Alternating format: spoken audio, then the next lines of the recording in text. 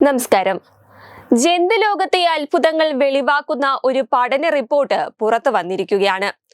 ലോകമെമ്പാടുമുള്ള പാമ്പ് വർഗങ്ങളെ കുറിച്ചുള്ളതാണ് പുറത്തു വന്നിരിക്കുന്ന ഈ റിപ്പോർട്ട്. പാമ്പ് വർഗം ഉരുത്തിരിഞ്ഞത് ആഫ്രിക്കയിൽ നിന്നല്ല, ഏഷ്യയിൽ നിന്നാണെന്നാണ് ഗവേഷകരുടെ കണ്ടെത്തൽ. ഇതിനായി ലോകമെമ്പാടുമുള്ള പാമ്പിനങ്ങളിൽ നിന്ന് ഗവേഷകർ DNA ശേഖരിച്ചിരുന്നു. ഇതിനെ ആധാരമാക്കിയുള്ള പഠനത്തിലാണ് പുതിയ കണ്ടെത്തൽ ഉണ്ടായിരിക്കുന്നത്.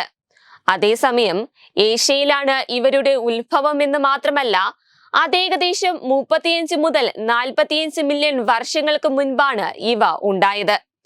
പിന്നീട് ആഫ്രിക്ക, ഓസ്ട്രേലിയ, അമേരിക്ക, യൂറോപ്പ് എന്നിവിടങ്ങളിലേക്ക് കാലക്രമത്തിൽ ഇവ കുടിയേറുകയായിരുന്നുവെന്നാണ് പഠന റിപ്പോർട്ടിൽ പറയുന്നത്.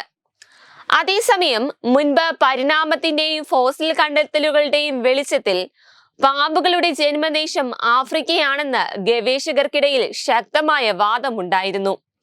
എന്തായാലും DNA കഥ തിരുത്തിയെഴുതിയ സ്ഥിതിക്ക് മറ്റ് ജീവികളുടെ ജന്മദേശം തിരയാനും കൂടിയുള്ള തയ്യാറെടുപ്പിലാണ് ഇപ്പോൾ ഗവേഷകർ.